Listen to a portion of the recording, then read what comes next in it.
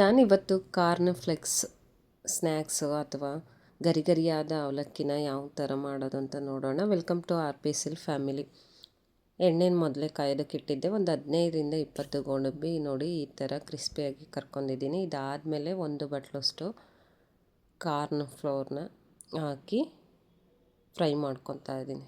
ಇದು ನೋಡಿ ಸ್ವಲ್ಪ 1 ನಿಮಿಷ ಇಟ್ಕೊಬೇಕು. ಎಣ್ಣೆ ಎಲ್ಲ ಇಳ್ಕೊಂಡಾದಮೇಲೆ ಒಂದು ಬಟ್ಲಿಗೆ ಹಾಕ್ತಾಯಿದ್ದೀನಿ. ತುಂಬಾ ಚೆನ್ನಾಗಿರುತ್ತೆ, ಟೇಸ್ಟ್ ಕೂಡ ತಿನ್ನೋದಕ್ಕೆ ಕಾಫಿ ಟೀ ಜೊತೆಗೆಲ್ಲ ಚೆನ್ನಾಗಿ ಅನಿಸುತ್ತೆ.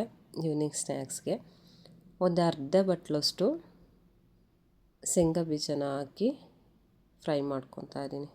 ಇದು ಸ್ವಲ್ಪ ಕಲರ್ ಚೇಂಜ್ ಆಗೋವರೆಗೂ ಫ್ರೈ ಮಾಡ್ಕೊಬೇಕು. ಒಂದೊಂದು ಸಲ ಮೆತ್ತಗಿರುತ್ತೆ, ನೀಟಾಗಿ ಕ್ರಿಸ್ಪಿಯಾಗಿರೋದಿಲ್ಲ. ಅದಕ್ಕೆ ಈ ಥರ ಕಲರ್ ಬಂದಾದಮೇಲೆ ತೆಗಿಬೇಕು ಎಣ್ಣೆಯಿಂದ.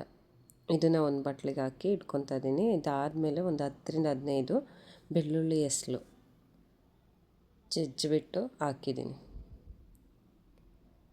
ಹಾಗೆ ಹಾಕಿದರೆ ಎಣ್ಣೆ ಸಿಡಿಯೋ ಚಾನ್ಸಸ್ ಇರುತ್ತೆ. ಅದಕ್ಕೆ ಸ್ವಲ್ಪ ಜಜ್ಜಿಬಿಟ್ಟು ಹಾಕಿ ಫ್ರೈ ಮಾಡ್ಕೊತಾ ಇದ್ದೀನಿ. ಸ್ವಲ್ಪ ಕರಿಬೇವು,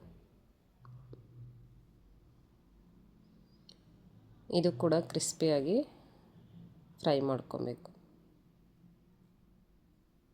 ಈ ಥರ ಮಿಕ್ಸ್ ಮಾಡ್ಕೊತಾ ಇರಬೇಕು. 2-3 ಸಲ ಮಿಕ್ಸ್ ಮಾಡ್ಕೊಂಡು 1 ನಿಮಿಷ ಫ್ರೈ ಮಾಡ್ಕೊಂಡಾದಮೇಲೆ ನೋಡಿ ಕಲರ್ ಚೇಂಜ್ ಆಗಬೇಕು ಬೆಳ್ಳುಳ್ಳಿದು.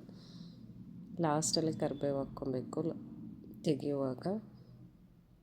ಇದು ಕೂಡ ಶೇಂಗಾ ಬೀಜ ಕರ್ದಿರೋ ಬಟ್ಲಿಗೆ ಹಾಕಿದ್ದೀನಿ. ಒಂದು ಅರ್ಧ ಬಟ್ಲಷ್ಟು ಬಿಳ್ಗಡಲೆ ಅಥವಾ ಕಡಲೆ ಅಂತೀವಲ್ಲ ಅದನ್ನು ಹಾಕಿ ಮೀಡಿಯಮ್ ಫ್ಲೇಮಲ್ಲಿಟ್ಟು ಫ್ರೈ ಮಾಡ್ಕೊತಾ ಇದ್ದೀನಿ. ಅಂದರೆ ಫುಲ್ಲು ಲೋವಲ್ಲಿಡಬೇಕು. ಇದು ಜಾಸ್ತಿ ಫ್ರೈ ಮಾಡೋ ಅವಶ್ಯಕತೆ ಇಲ್ಲ, ಅದಕ್ಕೋಸ್ಕರ ನಾನು ಈಗ ಆಫ್ ಮಾಡಿದ್ದೀನಿ. ಗ್ಯಾಸ್ ಆಫ್ ಮಾಡಿಬಿಟ್ಟು ಫ್ರೈ ಮಾಡ್ಕೊತಾ ಇದ್ದೀನಿ.